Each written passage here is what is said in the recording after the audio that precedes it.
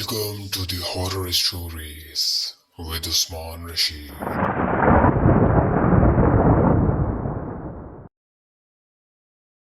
تمام سننے والوں کو السلام علیکم۔ امید کرتا ہوں سب ساتھ خیریت سے ہوں گے۔ کہتے ہیں کہ جنات اکثر اپنا بھیس بدل کر انسانوں کے سامنے آتے ہیں، کبھی جانوروں کے روپ میں تو کبھی انسانوں کے روپ میں۔ ہمارا آج کا واقعہ بھی کچھ اسی سے ریلیٹڈ ہے۔ واقعے کی طرف بڑھنے سے پہلے اگر آپ نے چینل کو سبسکرائب نہیں کیا تو سبسکرائب کر دیں۔ یہ واقعہ جن صاحب کے ساتھ پیش آیا ہے انہوں نے اپنا نام بتانے سے منع کیا ہے۔ ان کا تعلق کراچی سے ہے۔ کہتے ہیں کہ یہ بات 2018 کی ہے، جب میں اور میرے دو دوست ہم تینوں کا کسی کام سے حیدرآباد جانا ہوا۔ ہم نے بائی روڈ سفر کیا تھا۔ شام کے وقت ہم حیدرآباد پہنچ گئے تھے۔ جس کام کے لیے گئے تھے وہ بھی ہو گیا تھا۔ رات کے 10 سے 11 بج گئے۔ ہم نے سوچا کہ رات کا کھانا حیدرآباد میں ہی کھاتے ہیں، پھر کراچی کے لیے نکلیں گے۔ کھانے سے فری ہو کر ریسٹورنٹ سے ڈائریکٹ ہم کراچی کے لیے نکلتے ہی ہیں کہ ہائی وے سے کچھ کلومیٹر پہلے ہی ہماری گاڑی خراب ہو جاتی ہے۔ اچانک سمجھ نہیں آتا کہ کیا فالٹ ہو گیا، لیکن بڑی ٹینشن میں آ جاتے ہیں تینوں۔ ہم یہی سوچ رہے تھے کہ کہیں ایسا نہ ہو کہ کوئی آ کر ہمارا موبائل اور کیش چھین لے، کہ اچانک 2-4 گاڑیاں وہاں سے گزرتی ہیں۔ ہم مدد مانگنے کی کوشش کرتے ہیں لیکن کوئی نہیں رکتا۔ اب اسی کشمکش میں 5 سے 7 منٹ گزر جاتے ہیں، کوئی گاڑی نہیں آتی کہ اچانک ایک بلیک کرولا جس کی نمبر پلیٹ بھی نہیں ہوتی اور ہماری گاڑی کو کراس کرتے ہی تھوڑا آگے جا کر رک جاتی ہے، پھر پیچھے آتی ہے۔ اس میں بیٹھا شخص شیشہ نیچے کرتا ہے، جو کہ بظاہر بالکل نارمل لگ رہا ہوتا ہے۔ کہتا ہے کہ کیا مدد چاہیے، جس پر ہم تینوں ہی کہتے ہیں کہ جی بالکل، ہماری گاڑی خراب ہو گئی ہے۔ وہ کہتا ہے کہ کہاں جانا ہے؟ ہم کہتے ہیں کہ ہمیں کراچی جانا ہے، جس پر وہ کہتا ہے کہ اس وقت تو کوئی میکینک نہیں ملے گا، آپ صبح سے پہلے تو کراچی نہیں جا سکتے۔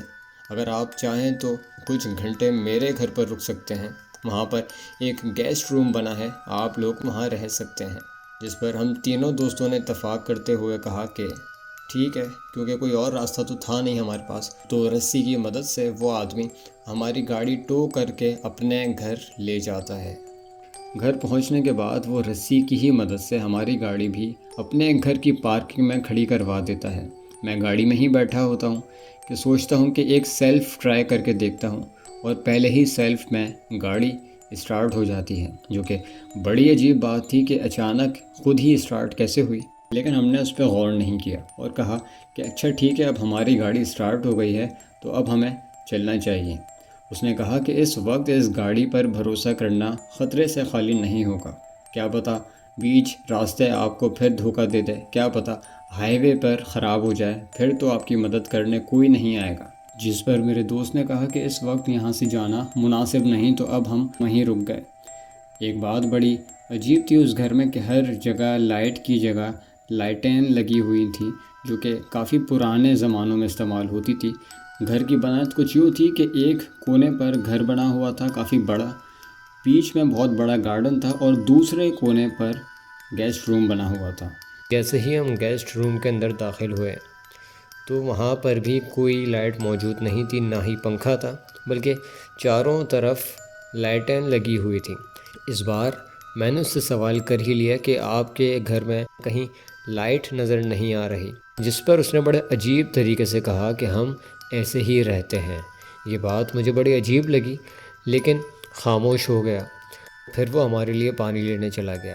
اس کے جاتے ہی ایک دوست نے کہا کہ یہ جگہ ٹھیک نہیں لگ رہی، ہمیں یہاں رکنا نہیں چاہیے۔ ہم اسی سوچ میں مبتلا تھے کہ آیا یہاں رکیں یا یہاں سے چلے جائیں کہ وہ اچانک پانی لے کر آ گیا۔ اس کے آتے ہی میں نے اس سے کہا کہ ہم آپ کو بلا وجہ تکلیف دے رہے ہیں، ہمیں یہاں گرمی بھی لگ رہی ہے، نہ تو پنکھا ہے نہ ہی لائٹ، بہتر یہی ہوگا کہ ہم یہاں سے چلے جائیں، اب تو ہماری گاڑی بھی ٹھیک ہو گئی ہے۔ جس پر وہ چپ چاپ رہا اور چاروں طرف کی کھڑکیاں کھول دیں۔ اس کمرے کی ایک خاص بات یہ بھی تھی کہ اس روم میں چاروں طرف ہی کھڑکیاں تھیں۔ اس کے بعد اس نے کہا کہ اب تو کوئی مسئلہ نہیں ہے، اور 5 منٹ بیٹھ کر وہ یہ کہہ کر چلا گیا کہ صبح ملاقات ہوگی۔ اس کے جانے کے بعد میں نے اپنے دونوں دوستوں سے کہا کہ صبح ہونے میں اب صرف کچھ ہی گھنٹے باقی ہیں، تھوڑا آرام کر لیتے ہیں تاکہ صبح فریش اٹھیں۔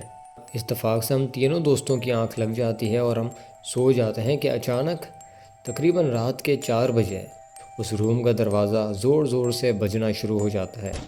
ہم تینوں ایک دم سے چونک کر اٹھتے ہیں اور بڑے پریشان ہو جاتے ہیں کہ آخر یہ کون ہے جو اس طرح دروازہ بجا رہا ہے، بالکل اس شدت سے کہ دروازہ ہی نہ ٹوٹ جائے۔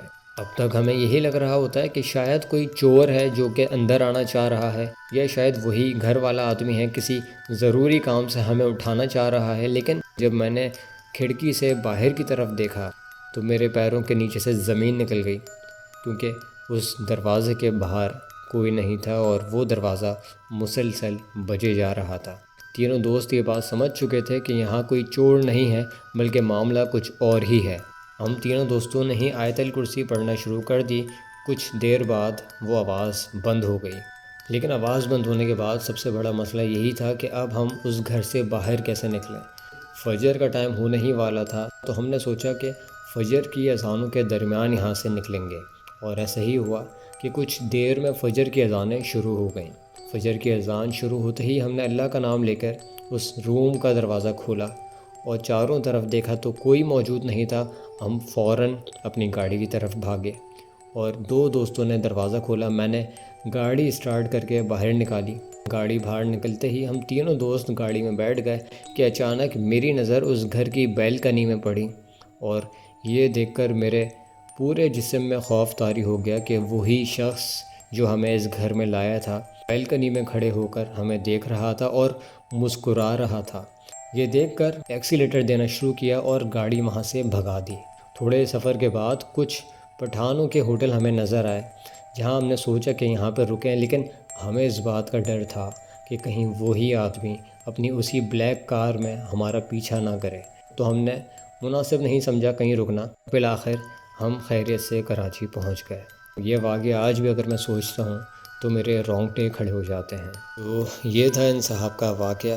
اگر آپ کے ساتھ بھی اس طرح کا کوئی واقعہ پیش آیا ہے تو اسکرین پر دیے گئے نمبر یا پھر ای میل ایڈریس کے ذریعے آپ ہم سے اپنا واقعہ شیئر کر سکتے ہیں۔ اسی طرح کی مزید اسٹوریز سننے کے لیے چینل کو سبسکرائب کرنا مت بھولیے گا۔ اپنا بہت زیادہ خیال رکھیے گا۔ اللہ حافظ۔